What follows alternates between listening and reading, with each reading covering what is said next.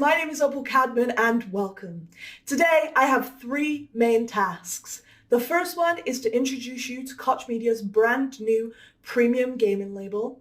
Number two is to take a deep dive into some of the games coming to that label.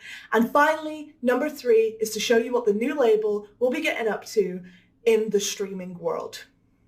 I want to welcome streamers who are co-streaming this today. Hello. Some of you guys are guys who I have looked up to and watched for many years. And speaking of people who I've looked up to for many years, I am so proud to introduce Jeff Keighley, who will be helping me co-host us through this entire list of games. Jeff, how's it going? Thanks, Opal. It is so great to be here with you for the first ever live stream from Prime Matter. I was honored yesterday to reveal the label to the world at the Summer Game Fest kickoff event. And wow, you've got a lot of games there in that sizzle, over a dozen games. So I know today you're going to go a little bit more in depth to talk about all these games, to talk to a lot of the developers. But for those of you that might have missed it yesterday or just want to see it again, let's kick things off with a look at that announcement sizzle reel for Prime Matter.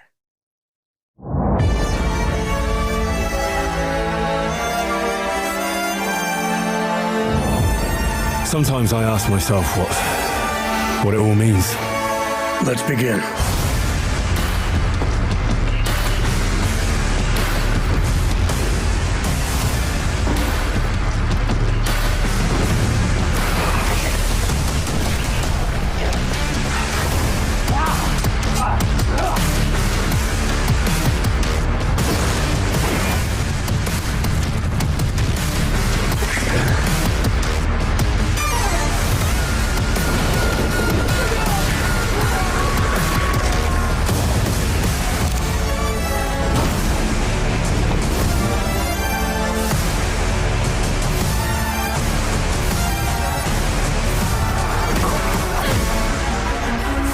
Is that who you are? My purpose makes me who I am.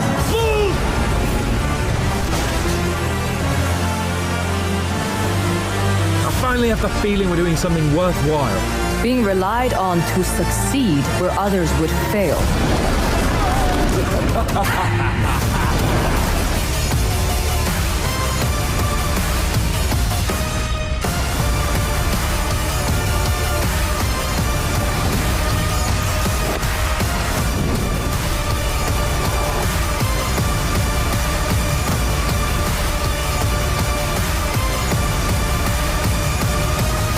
Prime Matter. Yes, guys, you just saw 12 games and counting. And that's just the start for Prime Matter. But before we get into these incredible games, what I like to call the juicy bits, I want to talk to you about what Prime Matter is and who we are.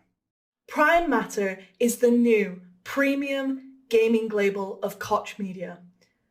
It dedicates itself to delivering a range of immersive and diverse games from amazing development talent all around the globe. It highlights the varied influences of global studios and their different approaches to game making. The new label will lead through creativity and expression with games that enthrall players with larger-than-life storytelling, create incredible moments, and above all, they're fun. The team behind Prime Matter is a melting pot of incredible talent, led by seasoned industry veterans and complemented by a young, fresh, dynamic team of multicultural gaming experts. The team behind are gamers at heart, working with such a wide range of passionate developers producing games together by gamers for gamers. And that being said, for all you keen-eyed individuals out there, you would have seen that one game was actually missing in our 12-game lineup for Prime Matter during the video. That is a game that comes from the Embracer family itself. Jeff got to sit down with Todd Hollinshead and talk all about Painkiller. All right, you saw the news yesterday. Yes, there is a new Painkiller coming, and Todd is joining me now to maybe give us a few more details. I know this is kind of a fresh project for the team at Saber. And you guys, first of all, I love that you and Tim Willits are there, continuing to build out Saber. And Painkiller was a franchise. You and I are both OG. We remember it was it probably 15 years ago at this point? Yeah, it's been a while. Closer to 2 decades than 1.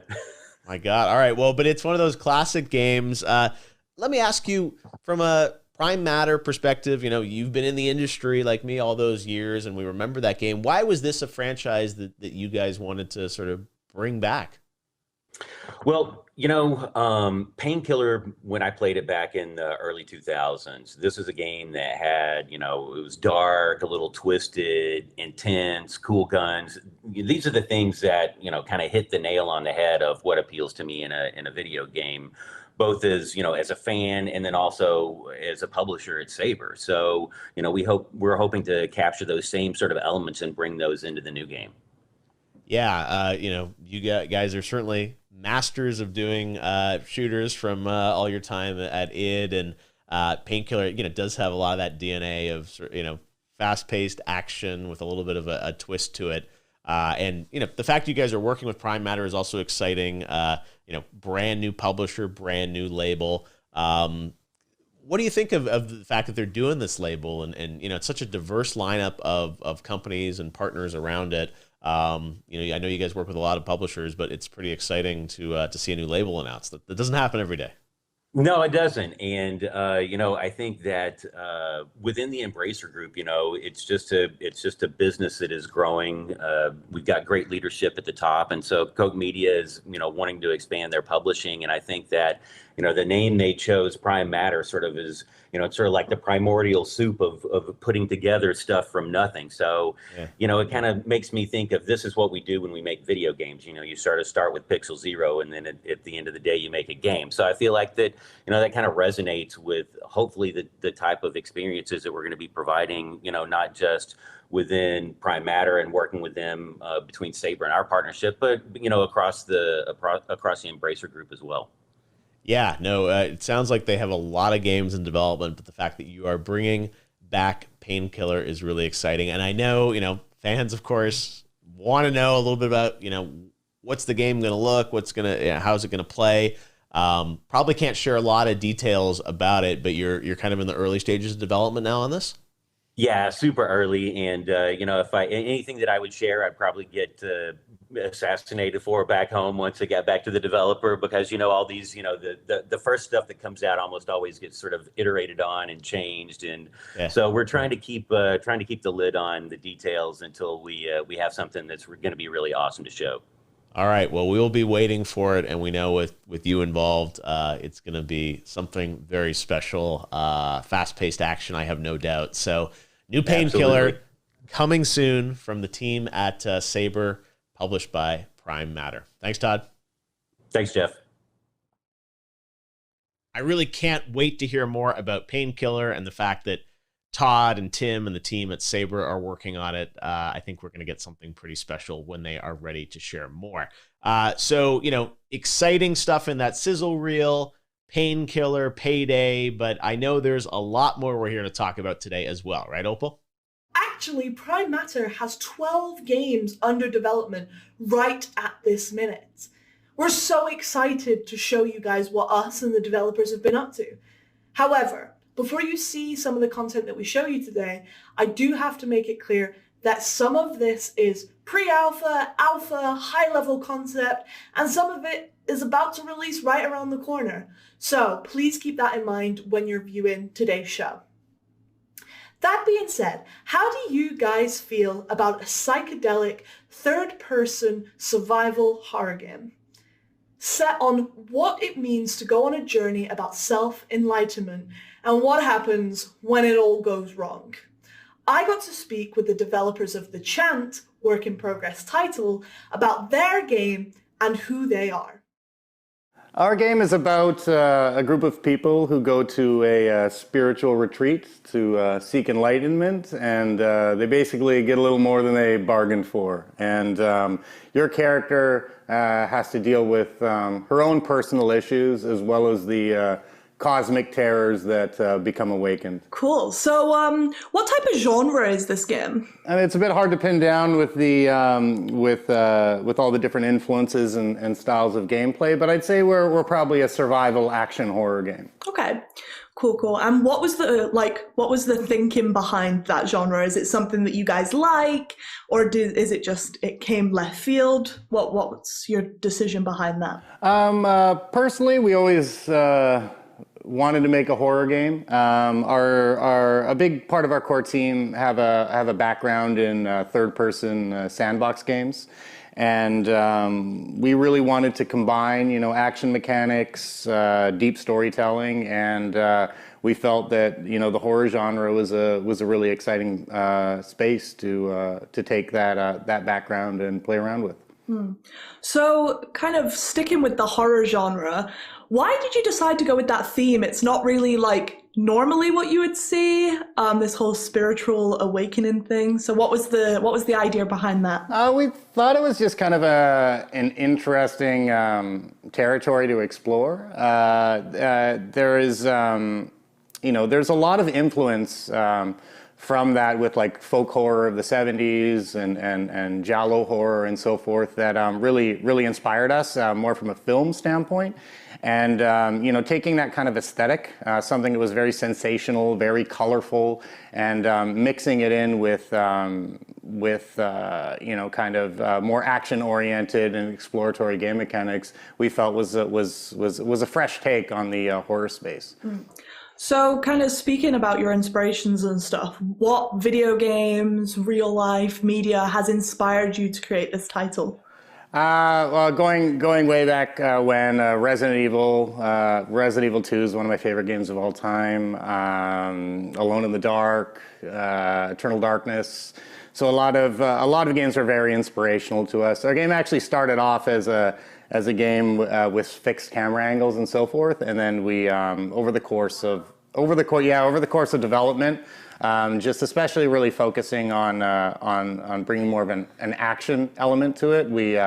We've since switched to an over-the-shoulder camera and haven't looked back.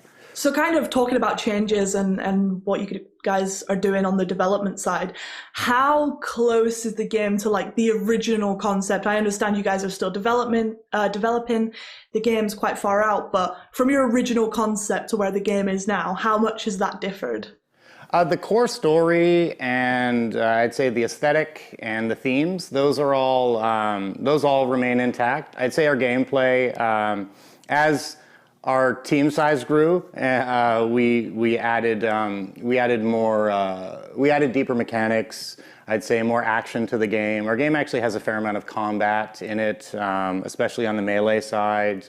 Those were things that weren't too prevalent in our original concept, and a lot of those things are just kind of based on we're a very small team at first. We're still a relatively small team, but every new person that joins, brings something new to the mix. So I'd say on that end, the game has evolved in scope and depth of gameplay. Awesome. Kind of sticking on that point of, you got a small team, there's a lot of challenges that comes with that. What was the hardest part of making the game so far? The hardest part was probably trying to make a game that has more realistic production values, because that's where our background comes from, on a smaller scale and budget. So for us, we had to be very strategic, utilizing Unreal.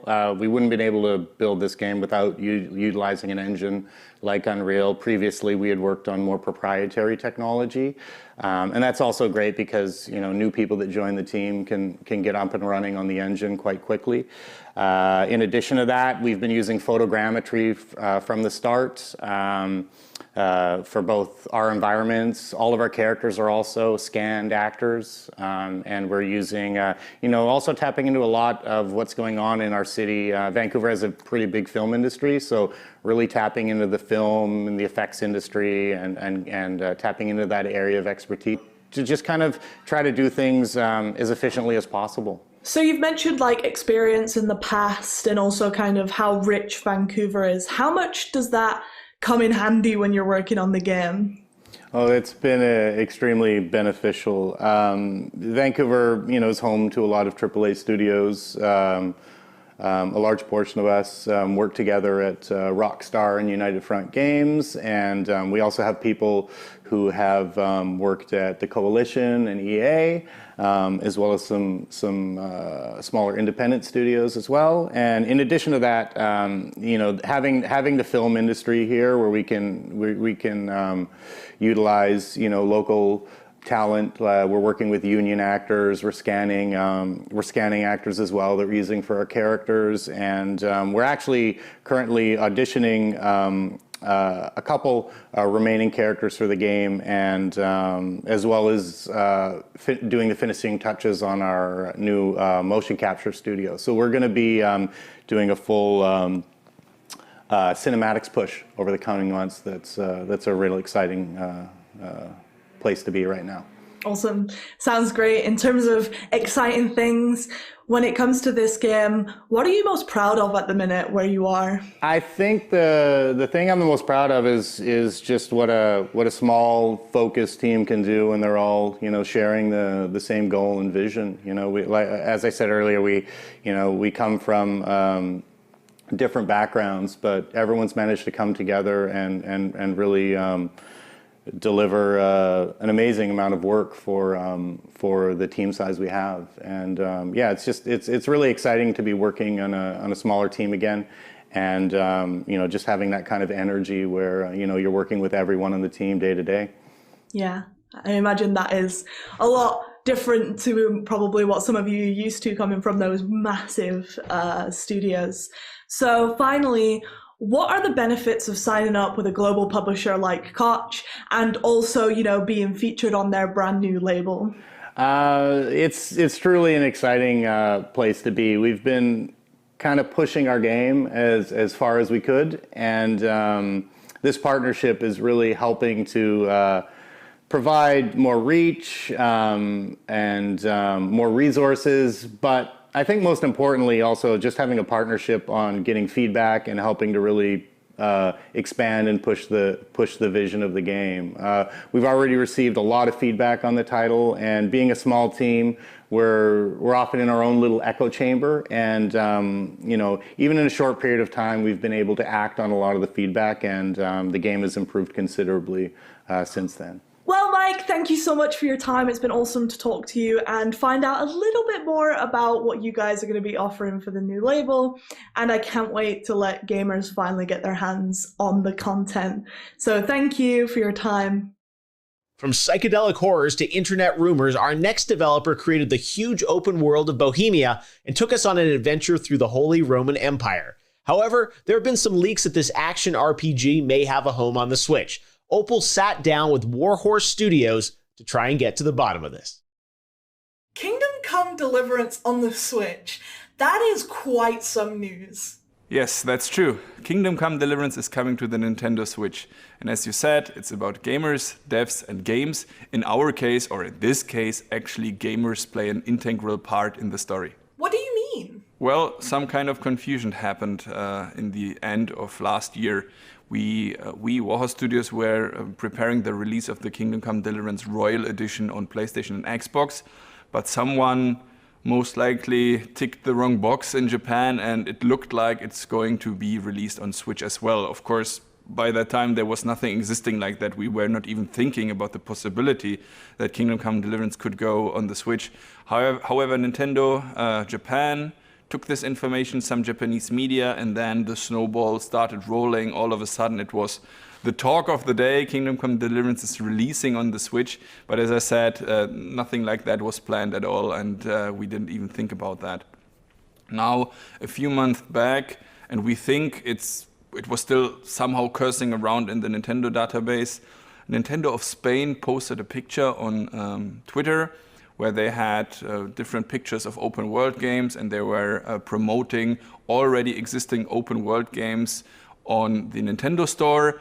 And if you clicked on the picture, actually there was nothing like Kingdom Come Deliverance, of course not, because as I said, nothing like that is existing.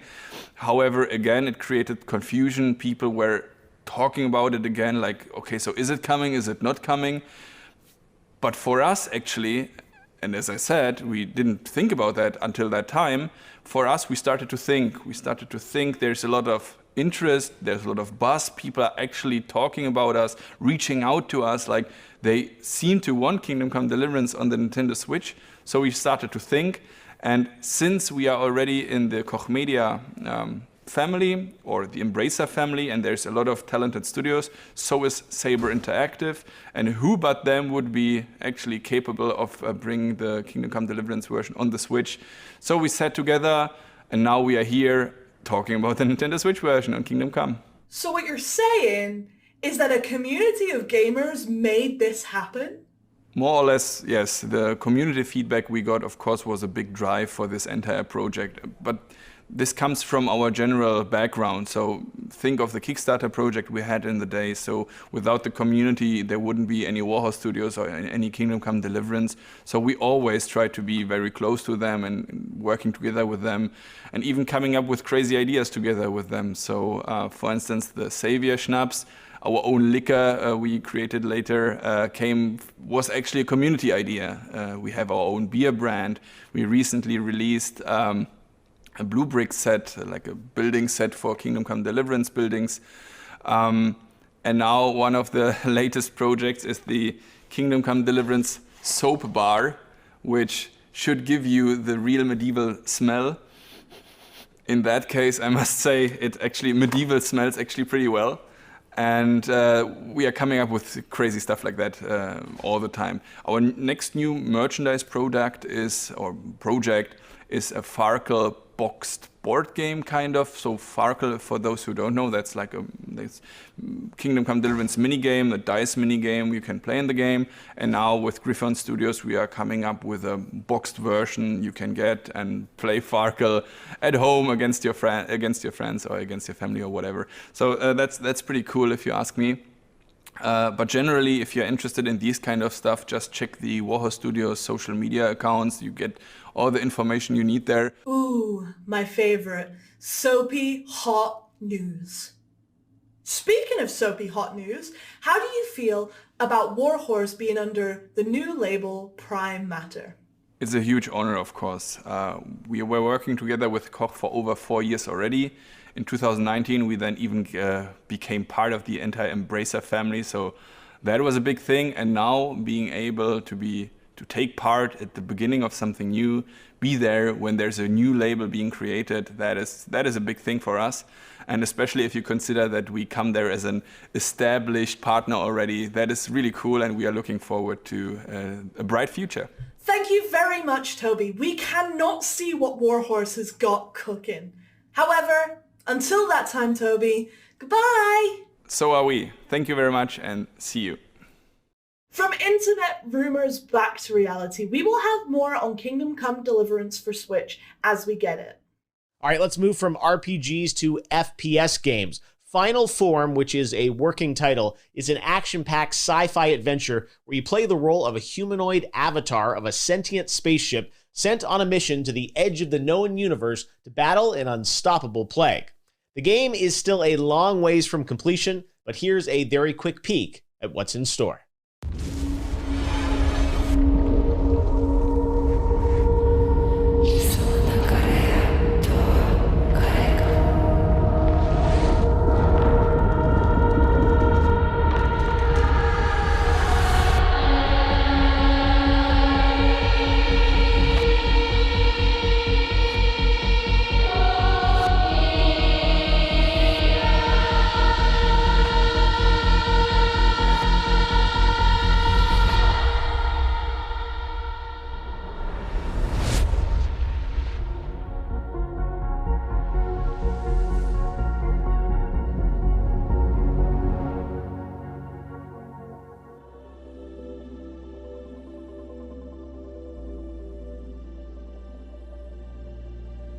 Hi, we are Raycon Games, and what you have just seen is the first glimpse of our upcoming game Codename Final Form.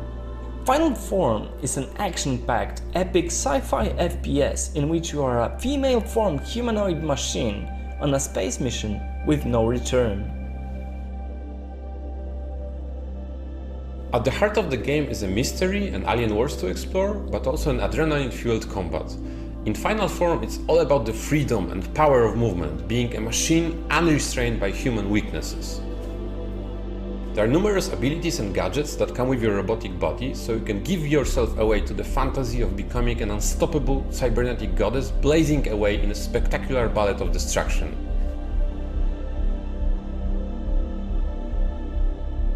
Raken is located in Warsaw, Poland, with additional team members located all over the world. The studio was founded and is managed entirely by game developers. Since the success of Ruiner, we've grown quite substantially. Currently, Raken is over 50 brilliant game creators, and counting. We are not a huge team, but what we love to do is to evolve together with our projects, constantly finding smarter and better ways to achieve something truly unique. We build our work environment just like we make games, aiming for the best results and personal fulfillment.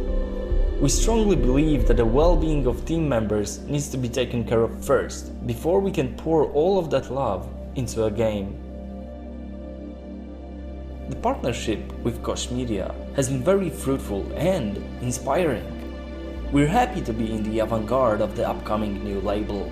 We're looking forward to share more on Final Form in the future. And in the meantime, please enjoy the rest of the show and see you around.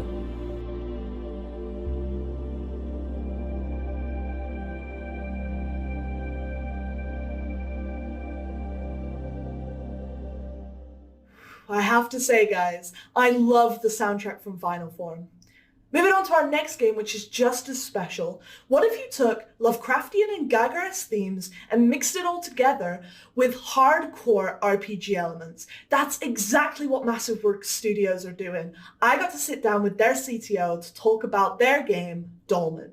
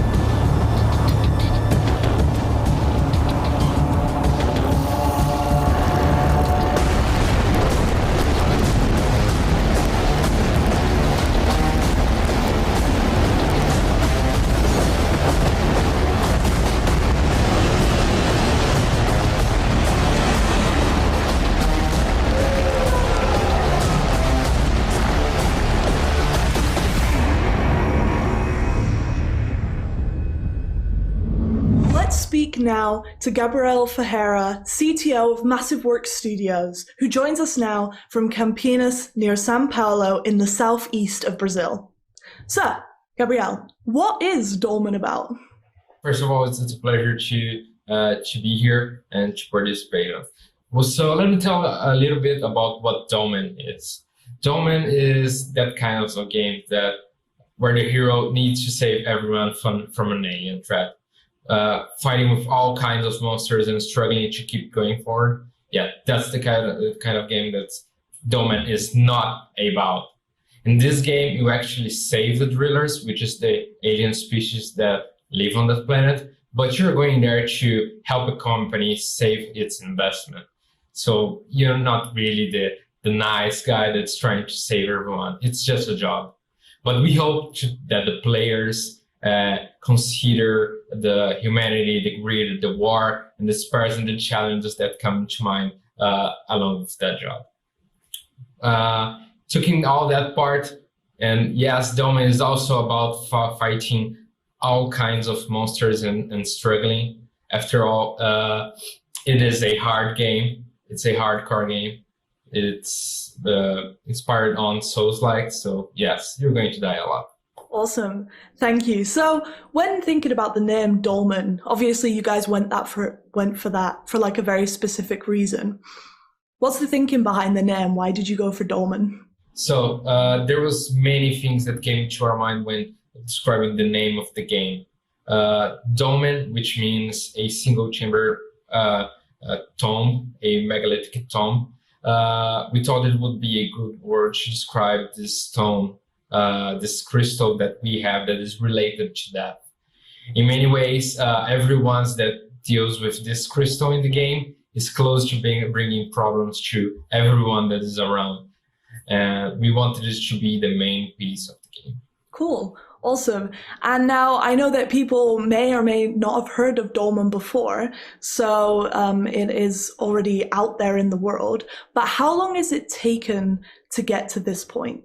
Oh, it's been a long journey since the beginning of the project. We started at late 2016, so it's been almost 5 years now, and probably just a bit more to come out. But we and about our journey, if it wasn't the support that we had since the beginning, either our community, the Kickstarters, and you guys, I believe we would not be here right now. Lovely. How have you been inspired by other games? You mentioned like the Souls-like obviously inspires it. You know, are there other games that inspire you? And also, what games do the teams like?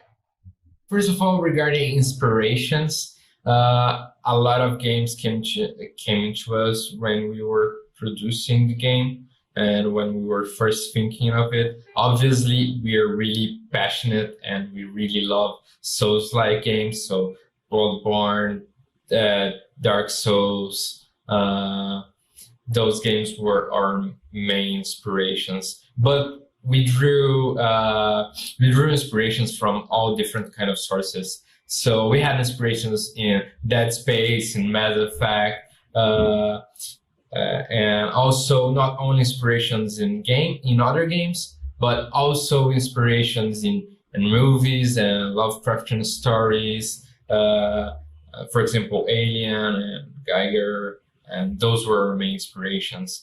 About games that we most like and games that our team likes, it's really hard to say because we have a team that ranges from liking Dota to CS and Souls-like games. But what I can really tell you is that everyone of our team is passionate about the project because they love doing what they do, which is a hardcore game. Yeah, and that makes sense as well when you get hands on Dolmen, all these inspirations that have come in. So the game is set in a sci-fi universe. Is there any specific reason you decided to go down that route? Was there any other routes that you considered at first? Yeah. Well, the humans are afraid of what they don't know. And the universe has infinite possibilities. There is always something unknown that we can explore in space. So that sci-fi setting really was something that we could use to throw everything that our insane minds could come with. So we wanted to use the sci-fi as a tool to reach this goal, to present the player a world of unknown that he can fear and he can enjoy it. No, absolutely. And while we're kind of on the point of humans and Earth, you guys are based in Brazil, which is awesome. Are there any specific challenges that you face during development because of that, or just in general? Yeah, there were a lot of challenges that we faced along this 5-year journey. We obviously had to adapt our workflow in these late years. So 2020 and 2021 was a really challenge for us, but it was something that we could adapt well, especially because even that we're based in Brazil, we're not only based in a single location in Brazil. We have people spread across the country.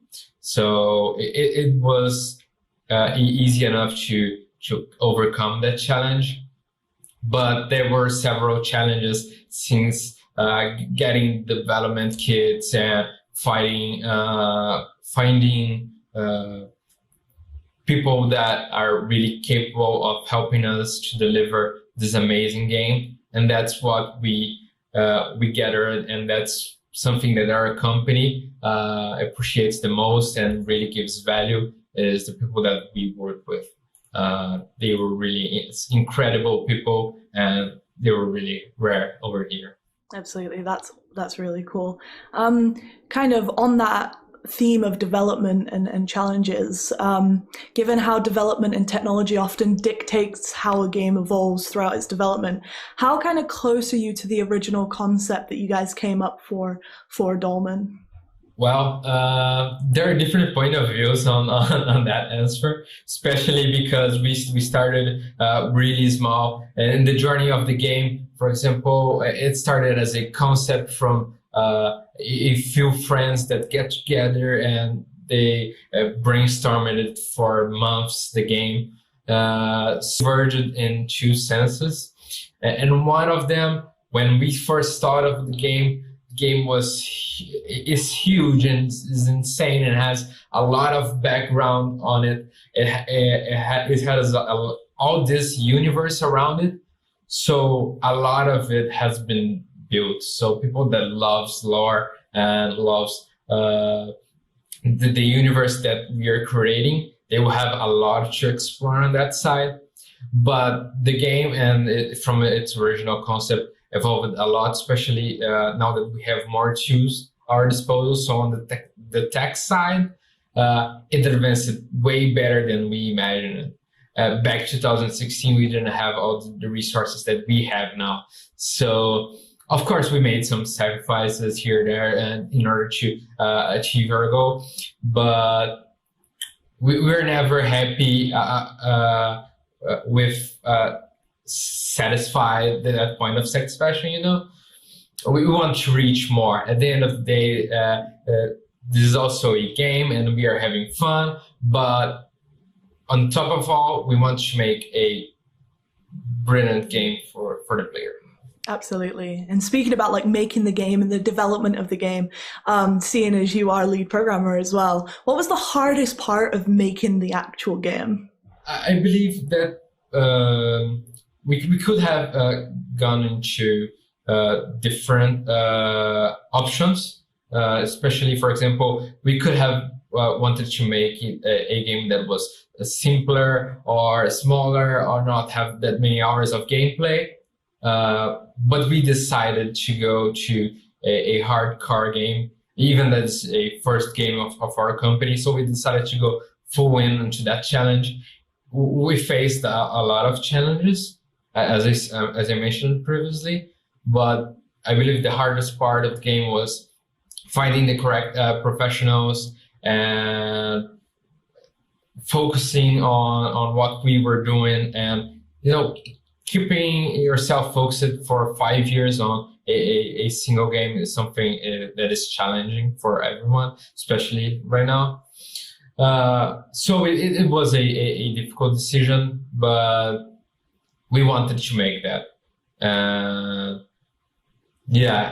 Regarding programming and as a programmer, there's a lot of that I could keep talking about what is the harder.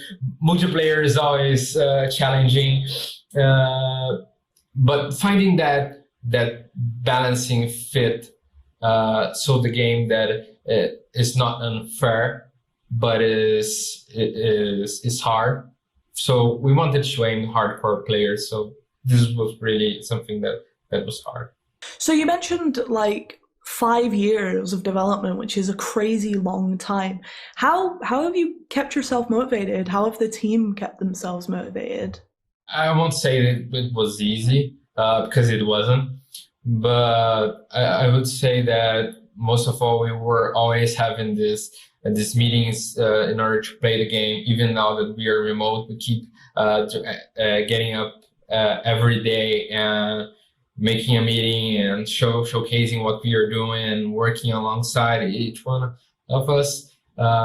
Also, a lot of things that happened before COVID was the events. The events always made us super happy. So showcasing the game to everyone and getting the players to play the game and see how they react, it was something incredible for us. It really made us feel proud of what we were doing.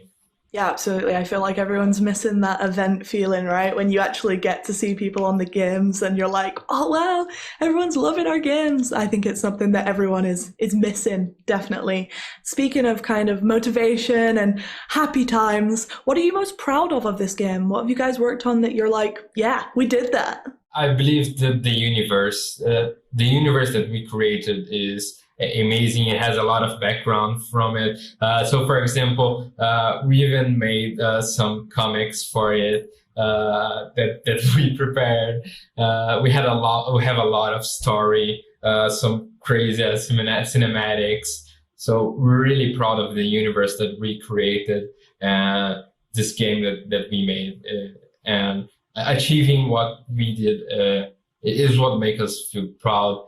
And now that we have partnered with you, getting to expand that universe and getting to get closer to our original concept and what we meant for it, that is something that makes us really happy. Cool. Awesome. Speaking of partnership with us, what are the benefits of signing up with a global publisher like Koch on their brand new label? That's really an amazing feeling for us. Koch really helped us and takes care of the operation that we couldn't make it for ourselves. They have an amazing team of QA localization, so we can reach different countries and players everywhere. We have a great producer that worked with us, helping us reach our goals and really deliver the game that we want. And without Koch opened the doors for us on that sense. And being part of this new label is a great opportunity for us, and also to know other game developers and expand the game community. And and to meet you as well. We really thank you for this opportunity. Absolutely. We are so happy to have you guys on board. And more importantly, I am so excited to actually let people play this game at some point under this new label. So thank you so much for your time, Gabriel. It's been awesome talking to you. And let's release Dolmen at some point under the new label. Thank you for your time and see you later. Thank you. See ya. Now, the first title from Prime Matter will be the beautiful, highly anticipated King's Bounty 2. We have a first look at the gameplay trailer, and then Opal got a chance to sit down and talk with CEO Nikolai Baryshnikov. The balance is off.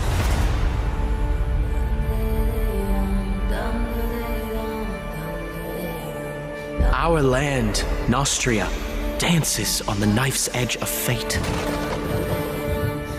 King Claudius, my father, cannot lead, and his absence has set the realm in motion. Something is coming. Now the burden of the crown falls onto me. Nostria was flourishing, but there is unrest. It used to be beautiful here. My wife and I had a nice life then. Conspiracy, sabotage, necromancy. They all threaten this land asunder. But we must unite, for distorted terrors are advancing. Rumors tell of a false prophet, putting our hope in something that does not exist. A seer foretells that our Savior is among us. People of Nostria, you laid faith in my father, do so to me. We must look towards the horizon, fight back the darkness, and preserve the light of our land. For Nostria!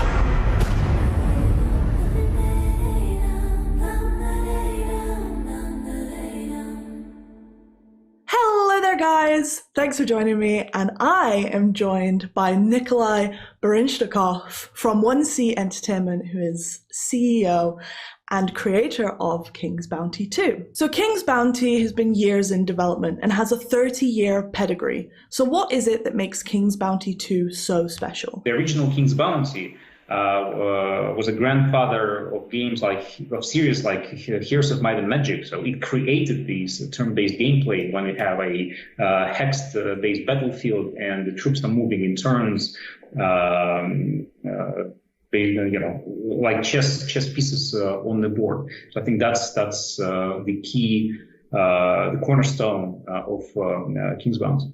Absolutely, and kind of speaking about that, and I know as you mentioned, the first King's Bounties was 1990, and then you had the King's Bounty that you guys created in the 2000s. What technical improvements, now that we're in 2021, are you most excited about implementing into the new King's Bounty 2? Well, I'm a huge fan of the core aspect of the game with tactical battles.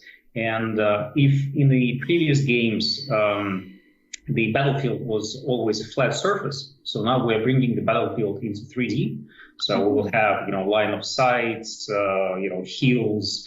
Like simple example, if your archers are located on the hill, they will do like extra damage for the high ground, etc. So moving the battlefield to 3D is a huge step forward.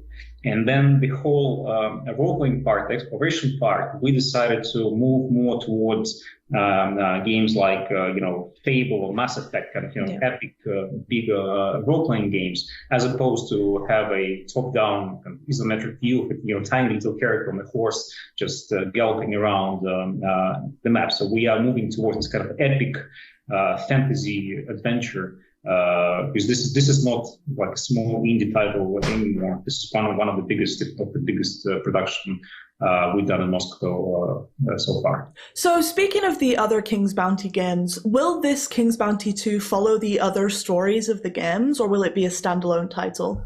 No, the game will not follow on any previous games. But even the previous King's Bounties, they all sort of like disconnected. There was like the main protagonist, there are a bunch of like, evil guys. There's like a small quest. And I would say that a previous King's Bounty, it was not like an epic RPG adventure. So the game was more about just battling random monsters on the map and solving some little quests. And then King's Bounty 2 is really, a epic adventure. We had spent like dozens of hours solving puzzles, working with different factions, making decisions that change the character and the world. So we're really moving much more towards, an epic RPG. However, this is a rare combination where our game, King's Bounty, is not an action RPG. It's not a Witcher game where you have to, quickly press buttons on your joysticks and battle enemies in the field. It's interesting crossbreed of a high fantasy role-playing game with a tactical strategy title, which it's not like quote unquote was never done on consoles, but this is fairly unique combination for the console. And for me, like a great inspiration was a modern remake of XCOM, for example, because I was a huge fan of XCOM that was released in 1994, 1996, and the modern console reinventing of XCOM. This is something we're trying to achieve with King's Bounty, really make a modern game that works well on modern platforms, that works well with current understanding of gamers, how a game should look like. So we're trying to enhance it in every possible direction. Yeah, cool, awesome. Kind of speaking about the story of King's Bounty 2 and how it differs, it appears to have a darker, more gritty aesthetic compared to its predecessors. What was the design philosophy around that? Why did you decide to go with that instead? That's an interesting question. We've been debating on the design approach. And again, as I said, we spent a lot of time prototyping, working on the core gameplay and the looks and the art of the game. Previous game had this more cartoonish, kind of fancy indie look, but we decided that we are now trying to play in a different league. We're trying to make a much bigger title, a big game, an epic adventure.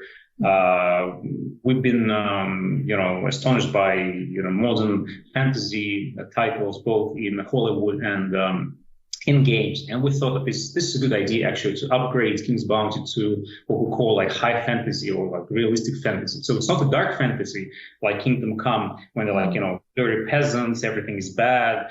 No, it's more like, as I said, like high fantasy, epic characters. If there's a dragon, it looks like a dragon, not like a toy. If there's a villain, he or she looks like a real bad person. So that was the main philosophy. Plus, game development evolves, and I don't think that it's a good idea to take a game of 2008 and just make a replica with slightly enhanced graphics in 2021. So you need, especially for consoles, there's a specific expectation from somebody coming to the store or buying the game digitally or online. Okay, this is like a 49, 59 game. It has to look graphically and gameplay-wise like this. There's an expectation, and we believe that that's what we had to do. Yeah, so we've mentioned that this game combines different kind of like ways that you can play the game, basically, from third-person RPG elements to this unique fighting system, this kind of chess-like fighting system. Why did you choose, with the evolution of game design and how people play games, why did you choose to stick to these hybrid game mechanics? Do you think that this is kind of what makes King's Bounty? Absolutely. I think you got it spot on, so I don't even need to answer. King's Bounty is again, is a grandfather of turn-based games. So if you remove tactical combat from King's Bounty, then it becomes, I don't know, Mass Effect or Kingdom Come. So so we can play around with evolution of this gameplay, make it more fun or realistic, but obviously this is the core. So this is a tactical game with a lot of role-playing aspects and high fantasy aspects, and not the other way around. So again, gamers who like RPG with shooting elements, games like Cyberpunk, this King's Bounty is probably not for them. I'm sorry, it's a different game. Yeah, and in terms of, we've mentioned kind of this new 3D world that you're creating when it comes to the fighting style, and then these RPG mechanics and making this world feel more alive and more exciting. What was actually the hardest part of you making the game? What took the longest time? What kind of caused you the most headaches? Hard to say. Again, first of all, this multiple platform game, so there are specific technical issues that prolong the development. If you make just, let's say, a PC title or just a PlayStation game, then you are not having a headache of porting to different platforms, getting different specifications, TCRs, approvals. So that adds a lot. And then secondly, the production itself. As soon as we went away from this kind of cartoonish easy-looking isometric view into a 3D high fantasy and the production of assets. So we wanted to build like a huge map. We wanted to populate this map with a lot of characters that would just move around, go somewhere, have their own like stories. Then we decided to, instead of having like text dialogues, we decided to produce a lot of engine-based cutscenes to push the story, to explain what's going on. So we even had to buy our motion capture studio. We worked with like dozens of actors, and there are hours and hours and hours of in-game based cutscenes, which in the past could be just dialogues and pieces of text. That was another huge complication. No, absolutely. And then the final question, what are the benefits of signing up with a global publisher like Koch and being on their brand new gaming label? Oh, that provides us a lot of additional support because I'm not sure that all gamers understand how games get to the market. So making a game, writing pieces of code or drawing this amazing sketch of a dragon is only half of the puzzle. So it's like yin yang. You need a lot of support from production people, testing, localization, manufacturing, retail units, putting all this, units into the retail shops in the world, making mass market communications. So we decided to cooperate with Koch Media. That seemed to be the ideal partner. So we are on the market for many, many years, and I would say very honestly, I was personally a bit scared if we do it just ourselves, that we might not have the human resources to deliver the information about the game itself. We'll work with all the platform holders as effectively as in a co-production and co-publishing with such esteemed partners, Koch Media and Embracer Group. So I'm quite happy. Awesome. Well, that's it. Thank you so much for your time, Nikolai. And I cannot wait for people to get their hands on King's Bounty too. Oh, me too. Trust me, me too. After 2 years of development, that's going to be one of the most exciting days for me in 2021. We have 12 titles. We keep saying it. And honestly, I shouldn't have a favorite. It's like picking between a favorite child. However, this next title speaks to me on a gaming level unlike any other. This third-person action-adventure shooter will keep you up at night tossing and turning with its horrific, nightmarish creatures. Think Alice in Wonderland meets Alien, or as one US journalist put it, Tomb Standing. Guys, sit back, relax, grab a pillow, because you get a world-exclusive look at Scars Above. Good job. Dr. Ward, Dr. Yoshida, get to the bridge, please. Time to see what's inside our alien guest.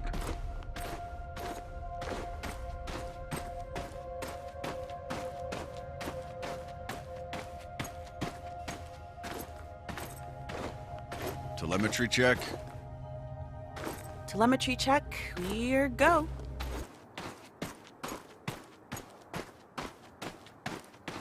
Wow. How is this possible? What planet is this? How did I end up here?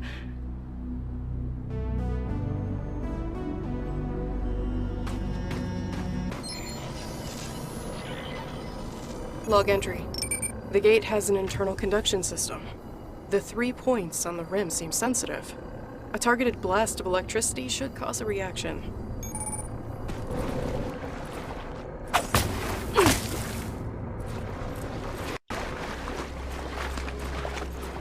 The debris. It's from Hermes. It must have splintered off as it entered the atmosphere.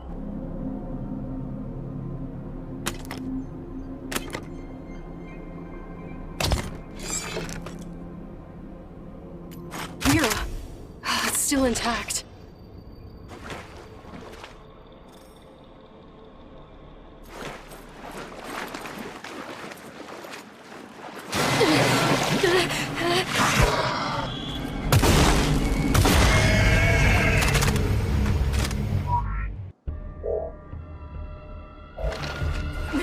What the hell was that?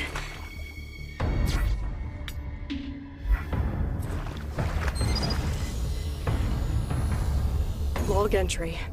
The creature has multiple salivary glands in its thoracic region that seem to produce a highly venomous secretion.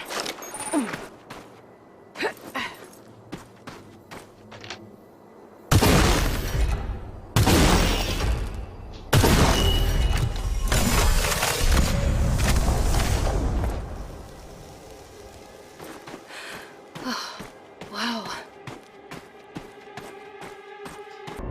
The whole place is covered with some kind of organic residue. Looks like Robinson managed to connect the MPU to the pillar.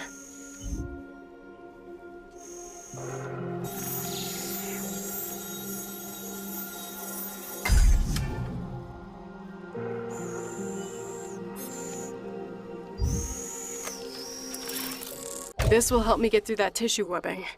And I'm taking the MPU.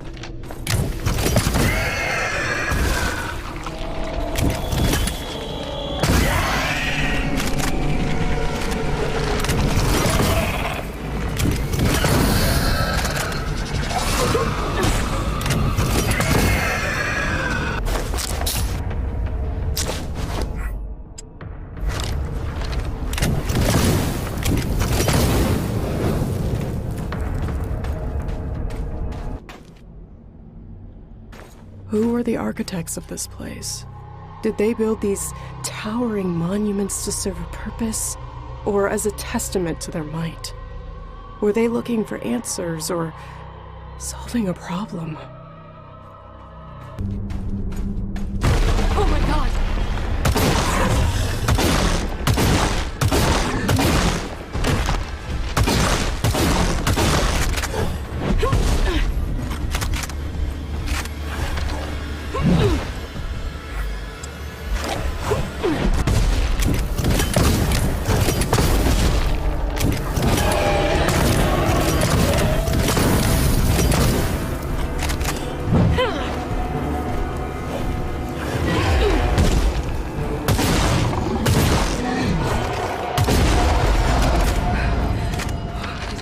This thing was huge.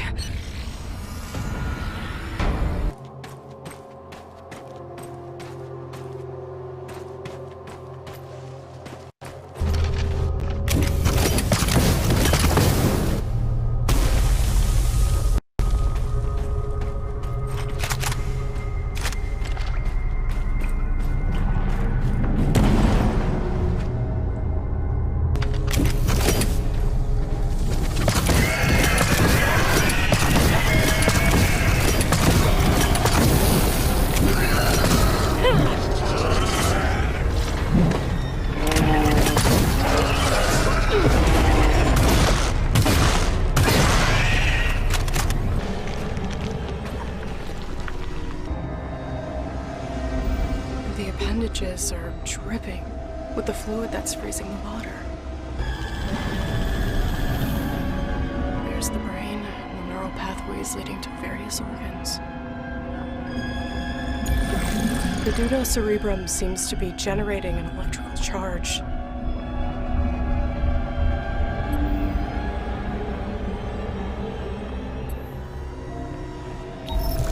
This neural pathway is conducting large amounts of bioelectricity.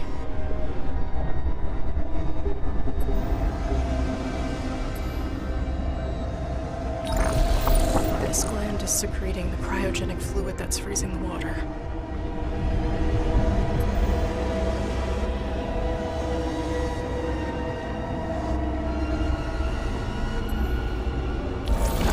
The cocktail of digestive acids is dissolving local plant life into homogeneous matter. The process seems to be aided by bioelectricity.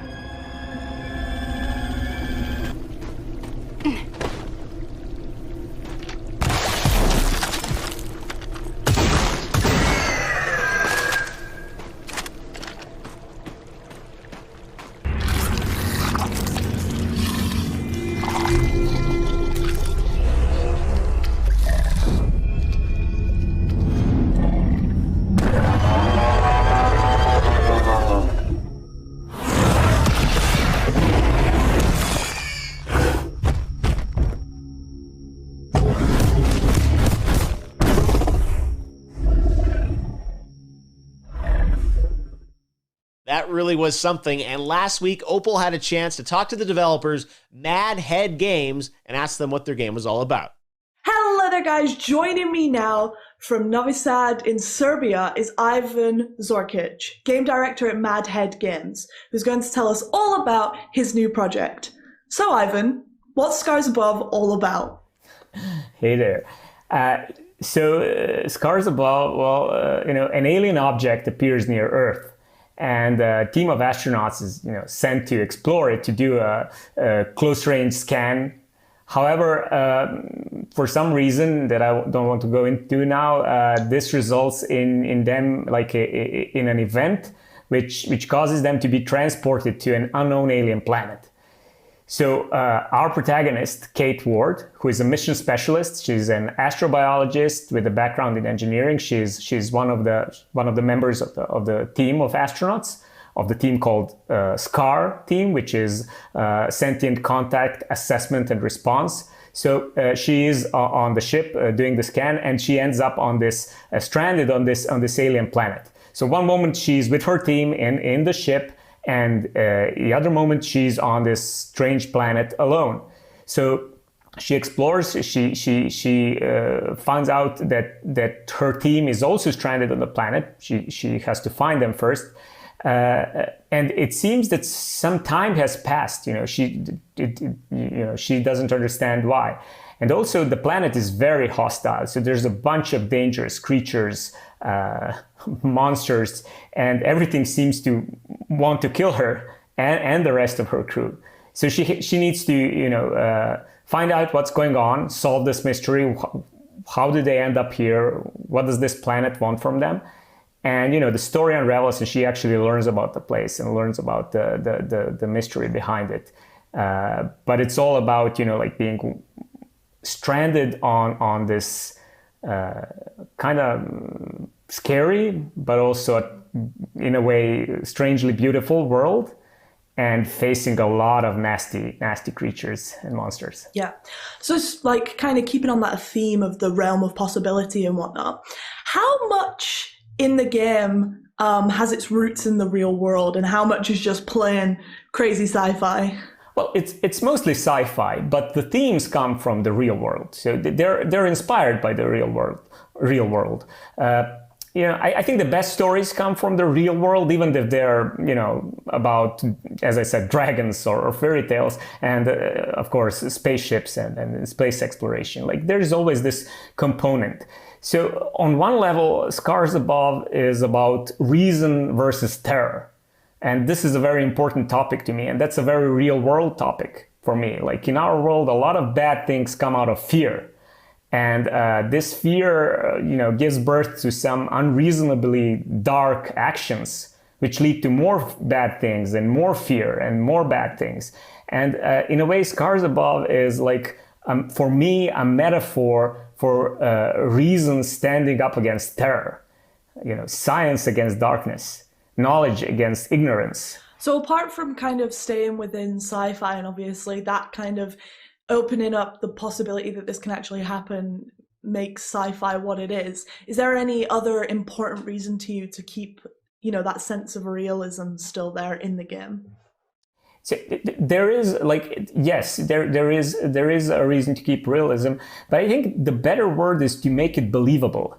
So, if you go for absolute realism, you're kind of limited on, what you can tell, the story you can tell. It kind of is like there is fiction element to the sci-fi, right? But we want to make it believable. And the reason why this is important is because I would like to create this what if vibe. I would like it if people actually ask themselves, like, what if this really happened? What would I do if I were suddenly stranded somewhere on this strange, far away from home world, surrounded with monsters and terrors? Like, if you make this believable, people might actually think more about it. So we don't want to go like super realistic, but we do want to make it believable so that, because immersion is really important, so that people get immersed in this world and start thinking like, what would I do if I was in this situation, and, what if this was really like, what if this happens someday? What if an alien object does appear near Earth someday, and what would happen? Absolutely. And then you mentioned the lead protagonist, Kate Ward. You told about her job title. What else about her? Who is she? Why is she? Kate is awesome. We love her. So Kate is a very strong and very capable, but also a very caring person. So she's an astronaut. She's a scientist, a team member, a colleague, an explorer, and she always has like this childlike scientific curiosity. But one thing she is not, and that's a warrior, like a trained warrior. She's not a soldier, so she's not like a space commando or anything. And and she does end up in a situation where like she needs to fight for her life. So that's a theme that's kind of like really interesting to us. Because the fact that she's not a trained combatant doesn't mean she's not capable. So she has like a strong will, a sharp mind, and she's very brave and tough. But like she's under tremendous stress in our game, and we want to show how vulnerable she is, how scared she is, how distressed. Because true courage doesn't, it doesn't come out of lack of fear. It comes in face of fear. So we do want to show this fear, and it's actually like this the fact that she's overcoming this, like fighting her emotions, fighting, all the stress, that makes her courageous, and that's great. So she gets frightened, she fights her emotions, she's susceptible to panic, which I think kind of makes her relatable. Like she's not like, I'm all out of gum, I'm kicking ass and chewing bubble gum and I'm all out of gum, like that's not her. She is like, her heart pounds, her voice breaks, she trembles, but then, and that's what I really like when her voice breaks, when she's like really scared, but she like clenches her fist and, the adrenaline kicks in and she pushes through, no matter the obstacle. And she does it using her mind, and using science and using her cunning to, craft these weapons and gadgets and survive against the odds. Awesome. So you mentioned, that, Kate's a team player and that Scar gets sent up. Who else is in the team? Who else are we going to be meeting on this adventure? So she's a part of a 4-person team.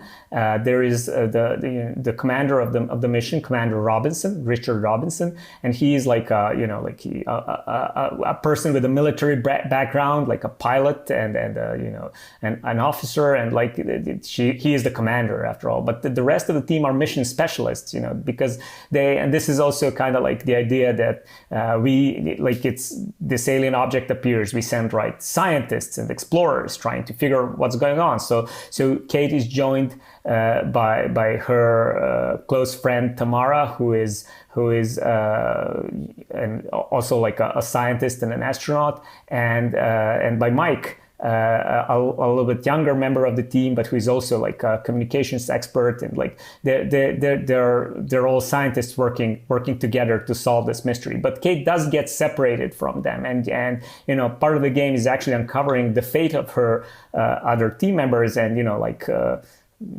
I don't want to spoil anything, but Kate obviously cares a lot about her teammates and her friends. Speaking of best feelings that you can have, what are you most proud of up to date of Scars Above? I'm actually gonna give you a corny but very true answer. I'm most proud of the team.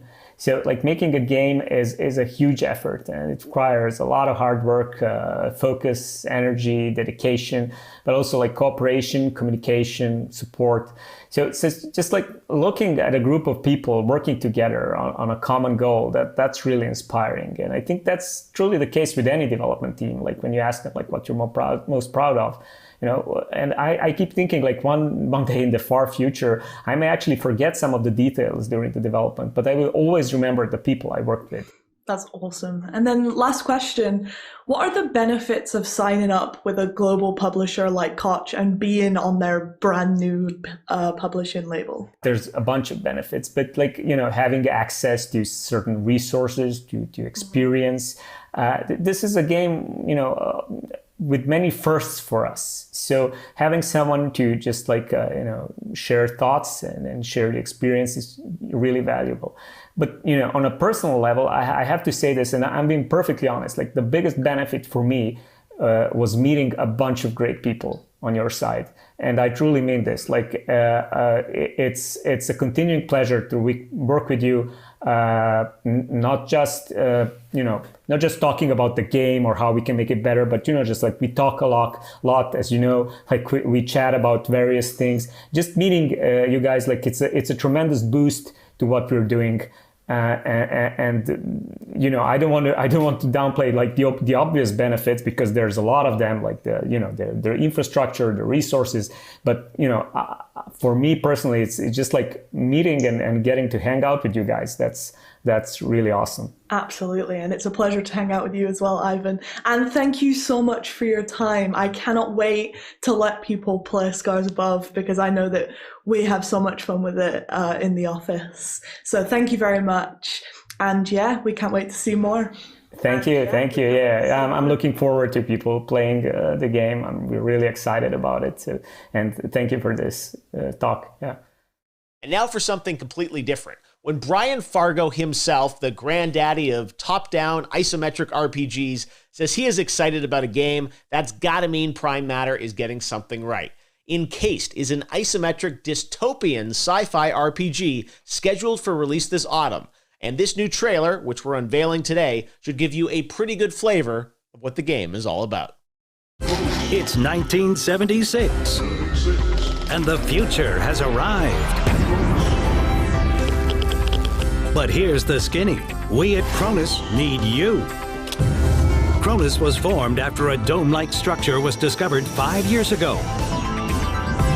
Was it from our ancient past? Was it made by aliens? Does it run on perfectly harmless nuclear power? We need to know, and humanity is waiting for you to help unlock its secrets. Descend into the dome itself and join one of our incredible research teams.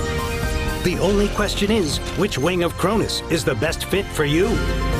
If you like taking orders, cracking heads, ultra-violence, and guns, lots of guns, then the Black Wing is for you. Can you build and repair incredible technology, but not expect any credit for it? You sound like an engineer to us. Welcome to the Blue Wing. Are you a doctor, scientist, mathematician, or any other type of brainiac? We've got you covered in the White Wing. Do you like taking credit for the hard work of others, but never do anything yourself? Those forms won't fill themselves. That's management, mister, and the Silver Wing awaits. Are you a criminal, prisoner, or have no discernible skills whatsoever? Then you're coming to the Orange Wing, like it or not. Are you ready for adventure? Are you ready to make the change with us? Are you ready to love it so much that you'll never want to leave?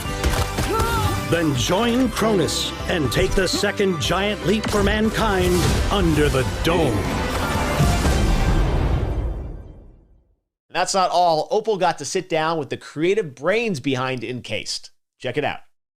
Let's go to St. Petersburg in Russia and speak to Vyacheslav Kosahin, creative director of Dark Crystal Games and the brains behind their upcoming isometric RPG Encased. So, Slava, what is Encased?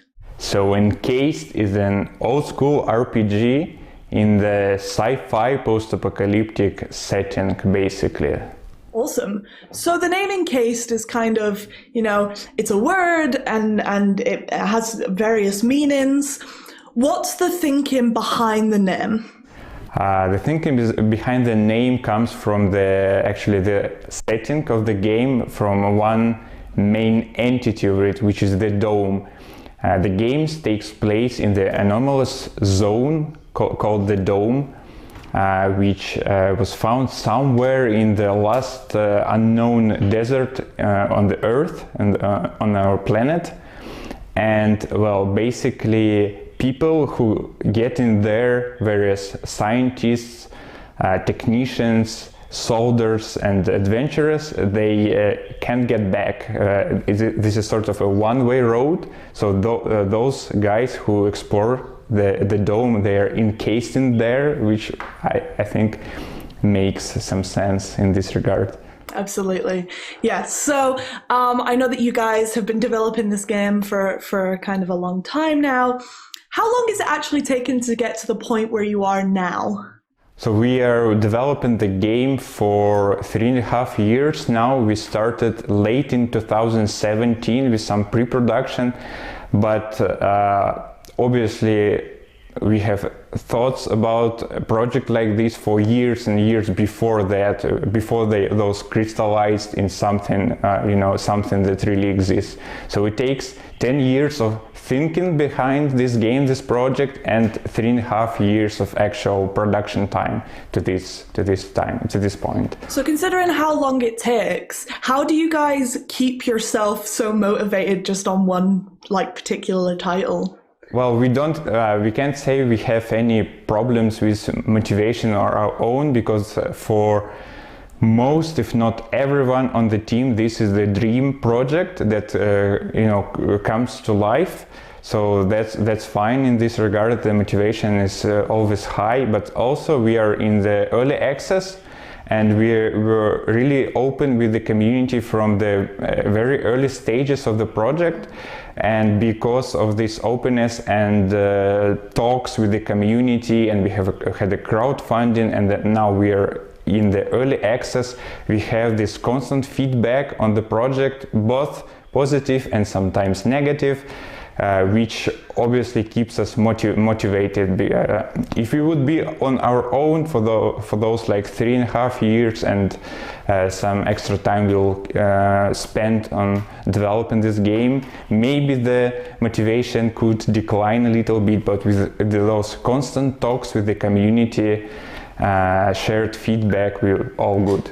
Awesome. And then kind of bringing it back to the game, given how development and technology often is basically dictates how the game evolves throughout its development, how close to the original concept that you came up with years and years ago are you now with the game that you have currently?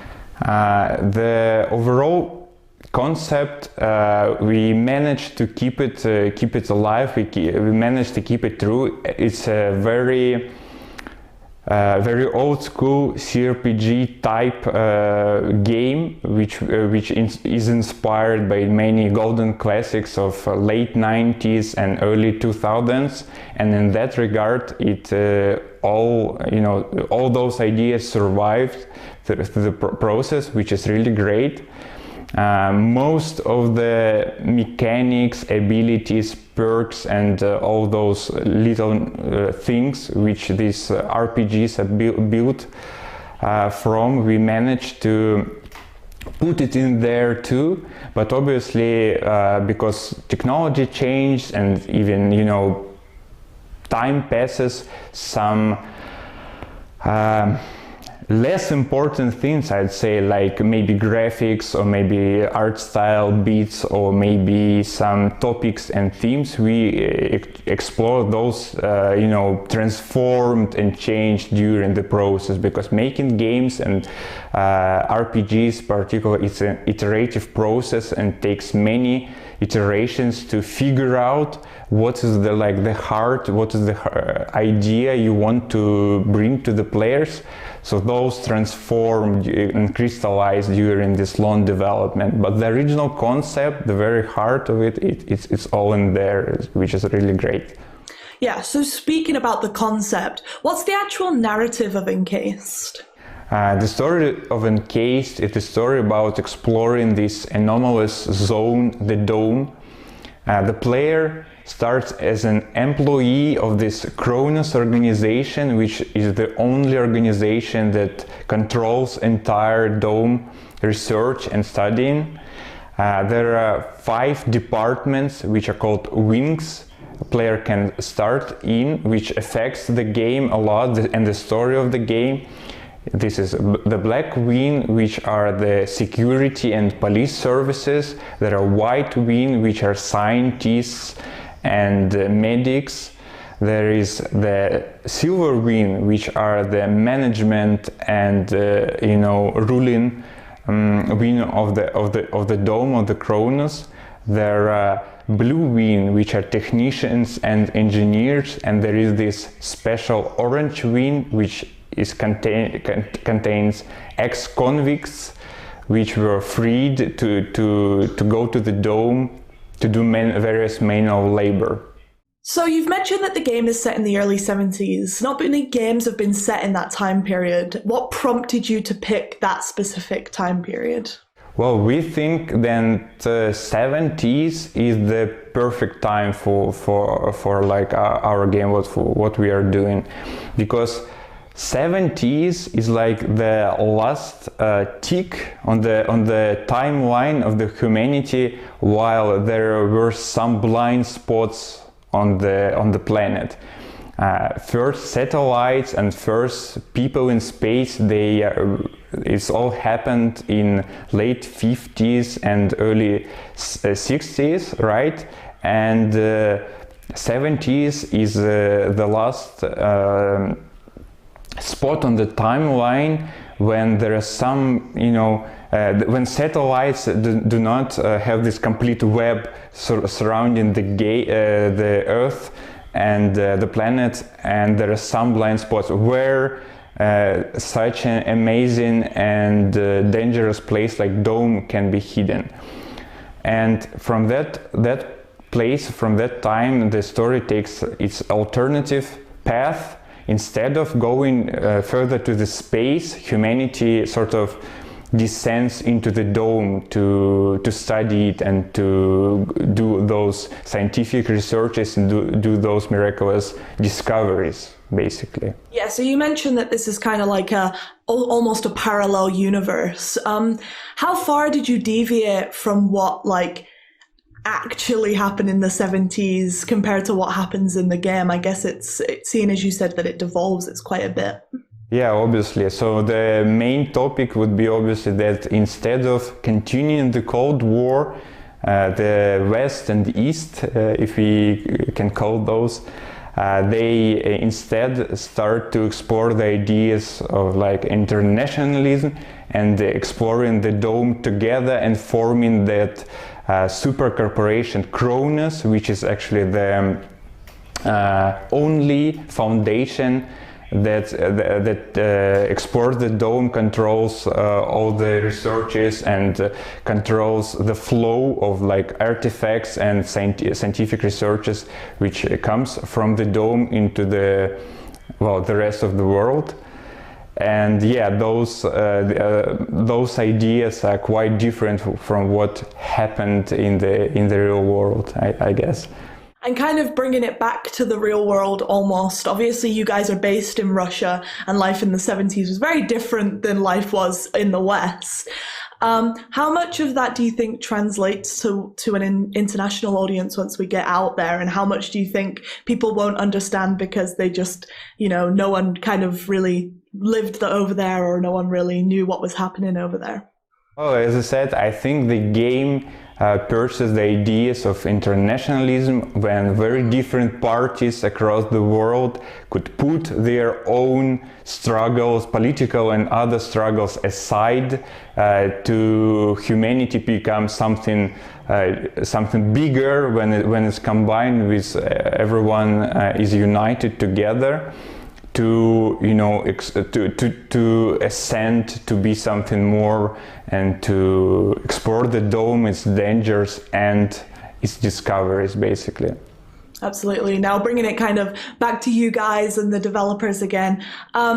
You mentioned that you were inspired by other games. What games really truly inspired it? Not just games, but media, and also what do you and the team like as well when it comes to video games? Well, we are here all the hardcore RPG fans, so it's not secret why we, I suppose, picked up a project like this to develop.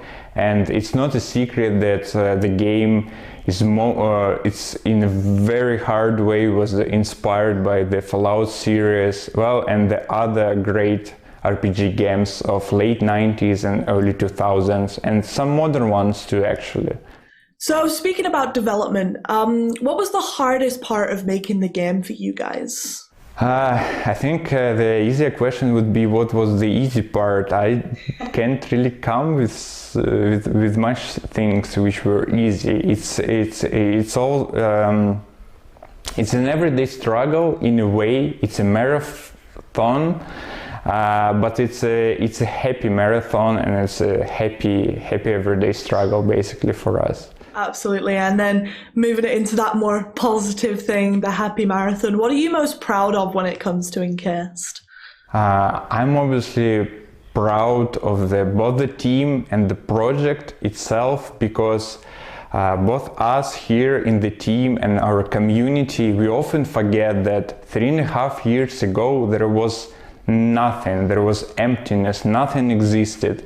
And here now, 3.5 years later, both with the team effort and the feedback which we get from the community, there is this great universe, a curious world which is almost ready to be explored and to be adventured inside, basically. And then moving on to the last question, what are the benefits of signing up with a global publisher like Koch Media and being on their new label? So we think that signing with a partner as Koch Media is really great, because it not only benefits us as developers, but such partnership also benefits our community, our players.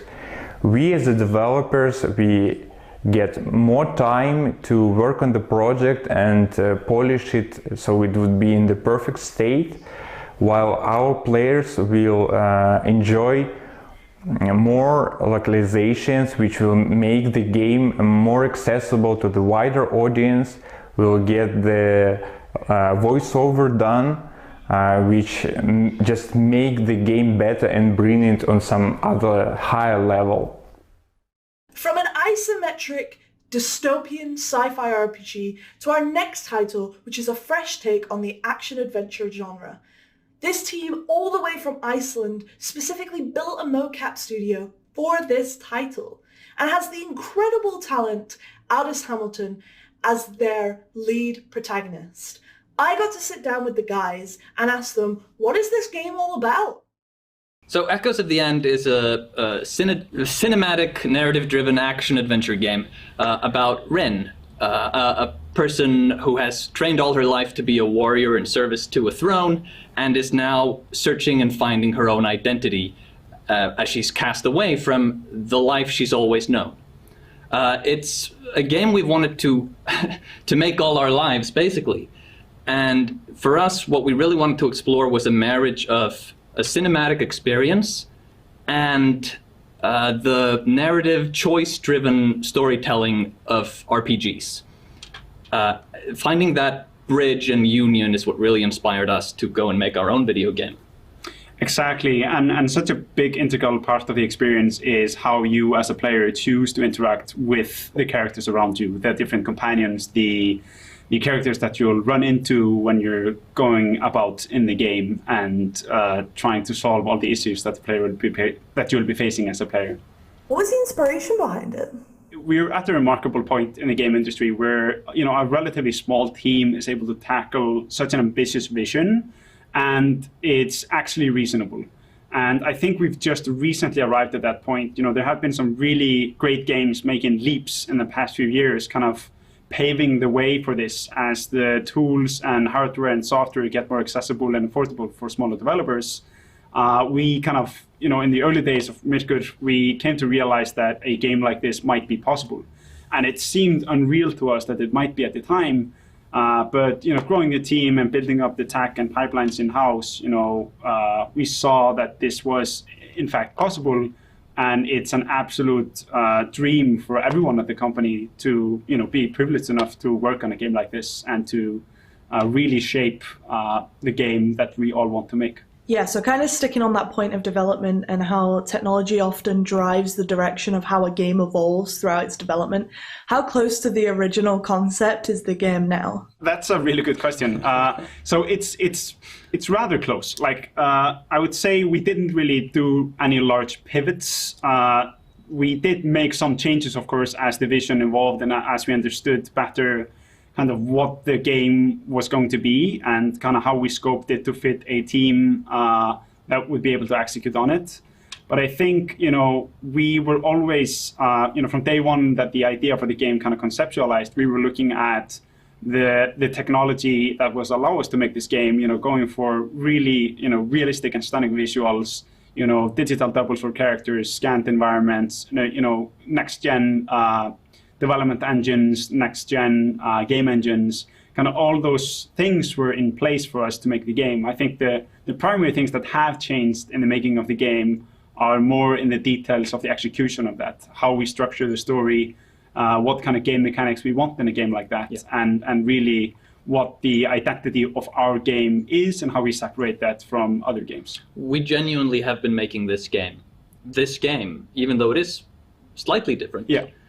My work as narrative director has not had to change a lot. Exactly, yeah. We've mentioned, obviously, at the start and throughout what we've spoke about so far that you guys are based in Iceland and everyone knows the, like, picturesque scenery of Iceland. Did you get much inspiration from your homeland in the environment?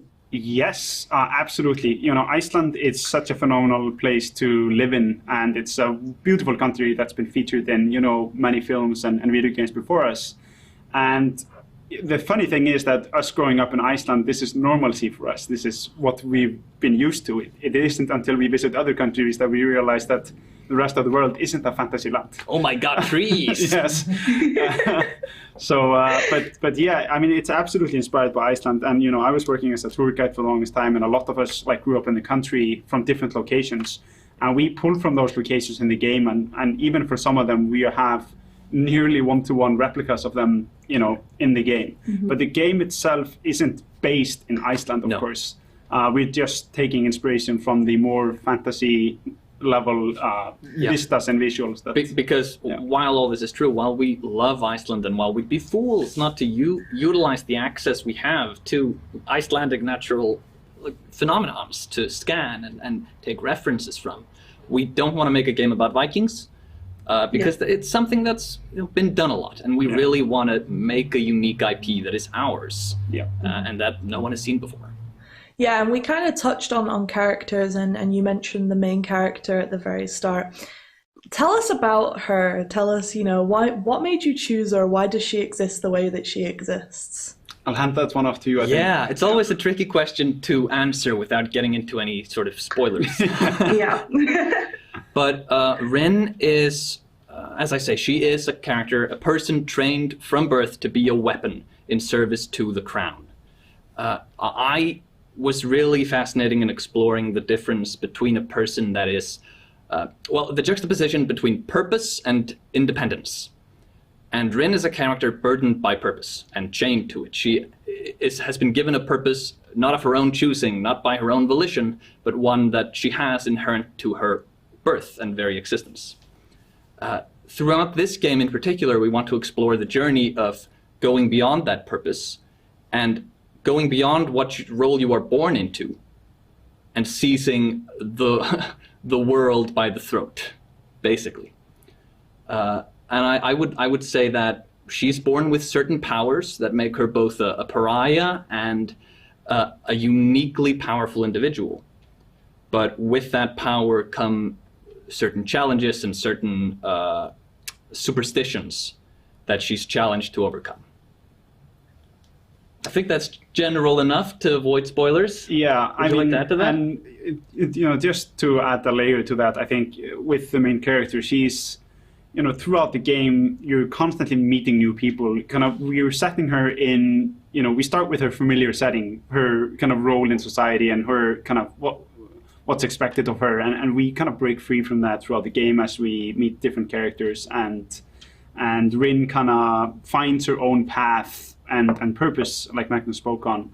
And I think that's really where the player also steps in and kind of forms those new relationships that Rin forms throughout the game, and really is an effector on those. I think what really heightens Rin as a character in the game is the performance by the excellent actress behind her, who is Aldís Amma Hamilton, who is absolutely phenomenal at portraying such an awesome character. What's the hardest part of game development so far? I know you guys are still in the development, but what's been the most challenging? The most challenging part of game development? I think that's a different answer for every game. Yes, I think that's a different answer for every game, and I think it even might be a different answer for every team member, depending on the different perspective that they have into the game development. I think for us, it's been vitally important to find the right people to work on the game. And that's a really difficult thing to do, finding the right people who you believe in and who are really passionate about making games like this. And we've been lucky enough to find the right people so far, and we have exceptionally talented people on board with us making this game. And I think while that is often from the outset it's an invisible part of game development, but it's absolutely essential and extremely difficult. Yeah, so you kind of mentioned before that, Iceland's quite small. Does that mean that you guys kind of struggle to find that talent that's out there, or is it quite rich in terms of game development?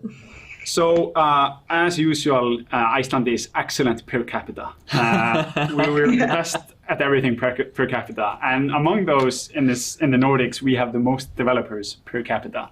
That's not really a useful metric when you look at the fact that we're only like 300,000 people, basically a small fisher town someplace. But Iceland is completely unique in the way that CCP, another pretty well-known developer here in Iceland, kind of paved the way for all the other game developers here that are now thriving. We have a great educational infrastructure that pretty much covers all the different fields of game development here in Iceland. So we have exceptional talent coming out. And so I think, considering the size, we have great access to talent. And another part of it is that we've had a lot of Icelanders who got into game development early and moved to other countries and then moved back with a lot of experience helping new teams form and build games here. So while it's definitely a challenge to find people in a smaller nation, we're blessed by the fact that we do have exceptional talent here, and we have an educational system that is actively each year graduating new students who know game development. What Halldór is saying is that we're a nation of nerds. Yes. And like another per capita is that, I don't know, it's an incredibly high number of people in Iceland who play games at all ages. Yep. Like an insanely high number. Yeah, that's really crazy. And, we've kind of mentioned what's the most difficult part about game development, but what are you most proud of up until this point? That's, it's a difficult question to answer because there's so many things. I mean, making games is, it takes so many people to do so many things for it to go correctly. And I think what we're most proud of is that so far we seem to be doing it correctly with the great people. So I think what we're most proud of is the team and the progress that we made with this team. Yeah, I think that's a very good answer in general, that just the talent we've collected around us and the friendships that have formed so strongly within this company. Yeah. I think that's invaluable and is what's going to drive it forward.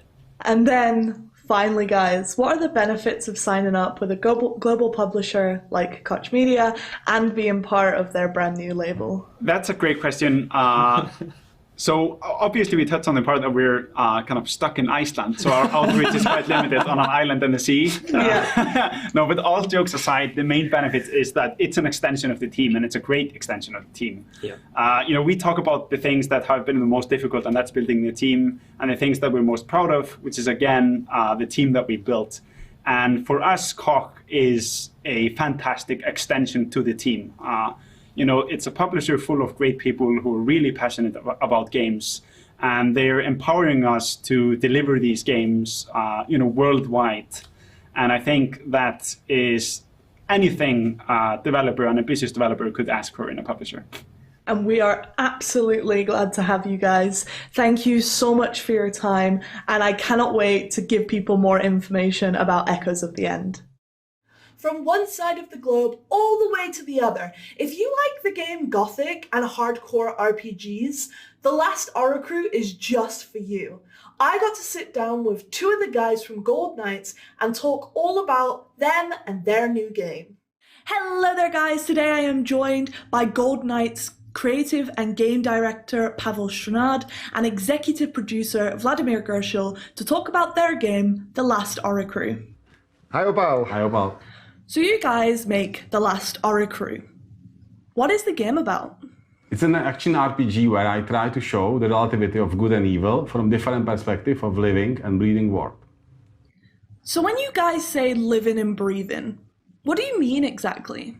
It is important to understand that The Last Oricru is quite challenging and skill-based RPG, but compared to many other titles in this genre, our story does not take place in some dark and deadly realm. Waking up in a living and breathing sci-fi medieval world of Wardenia, players find themselves in the middle of war for supremacy over the whole planet. There is something interesting about the war, as usually warriors of each side believe that they do the right thing, often fighting for survival and well-being of their people. So the idea of the game is to show the player the war and the euphoria of the winners, but also the misery of the losers, to make the player realize that the number of decisions he can make in the game will affect all the living beings in the world. So you mentioned that you make choices during The Last Oricru. How impactful are they?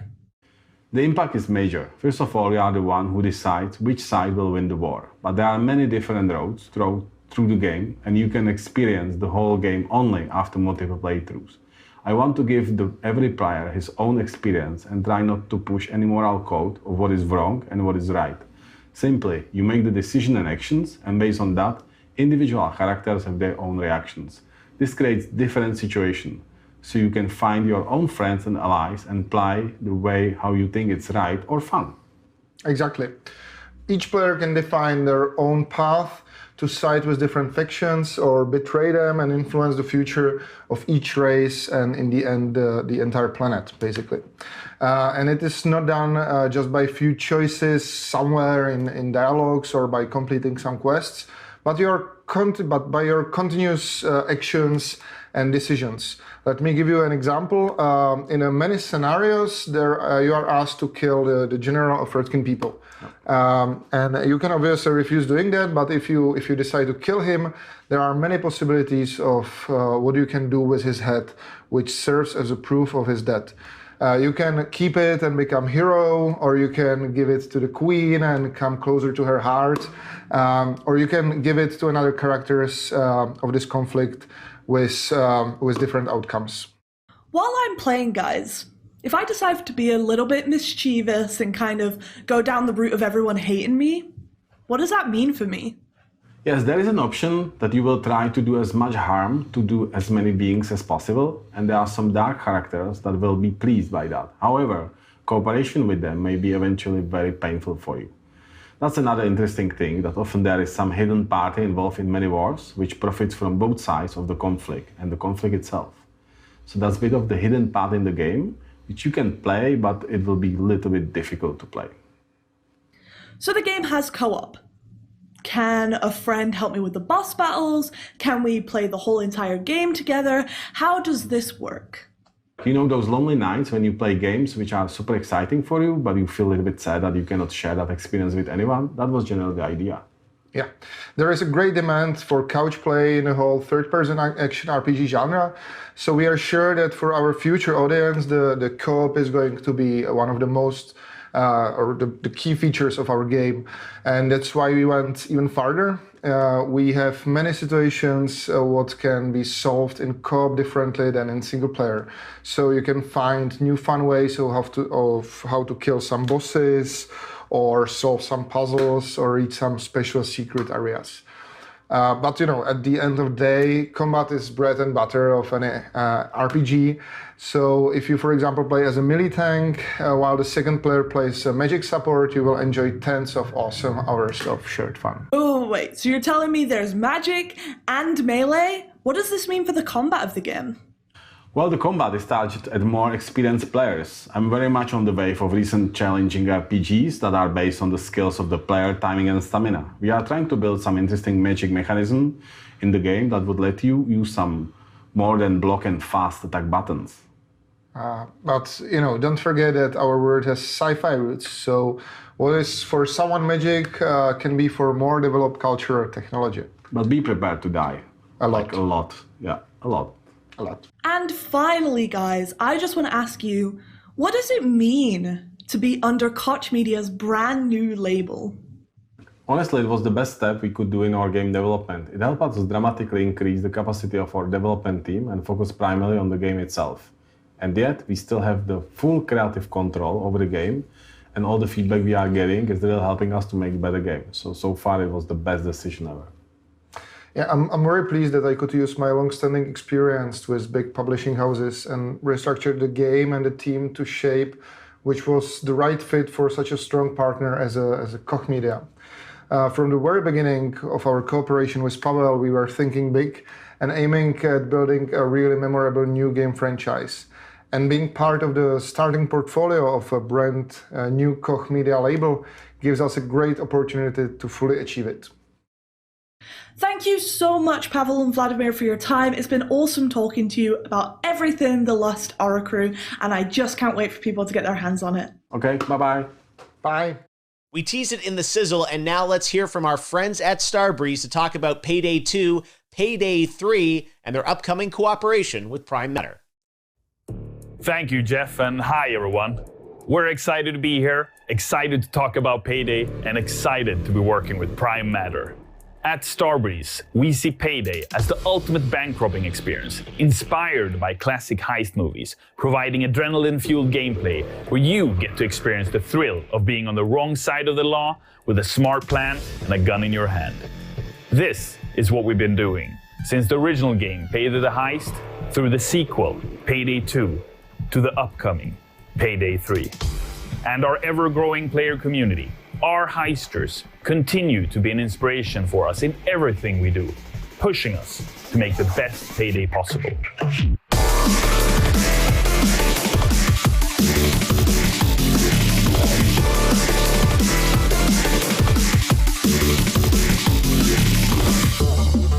The world of Payday is an exaggerated reflection of reality where order is kept by the long arm of the law.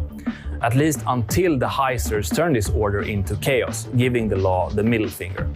That's when adrenaline truly kicks in and the outnumbered gang keeps beating the odds, often escaping with the cash in a hail of bullets.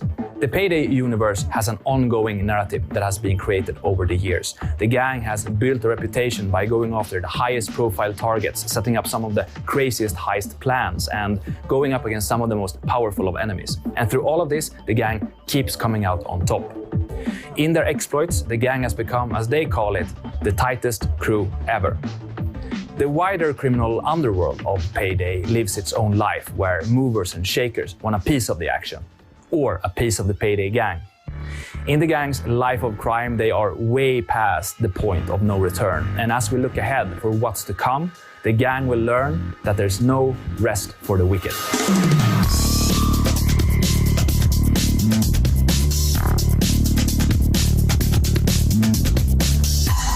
This legacy is something that we treasure and will build on, expanding on this epic story, taking you all with us into the future of Payday. Many millions of players have enjoyed Payday so far. It's been an amazing journey for us at Starbreeze. On Steam, Payday 2 has the biggest player community of any game. This truly means the world to us.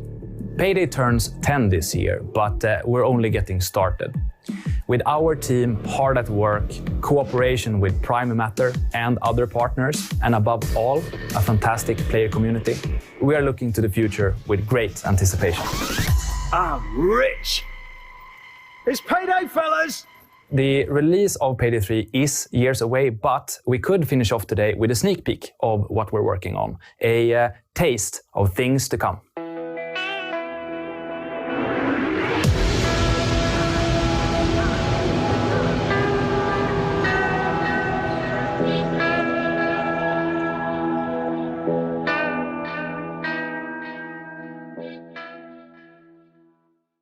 Well, there you have it. Quite a lineup. And Opal, I know we're going to be hearing much more from Prime Matter in the weeks and months ahead, right?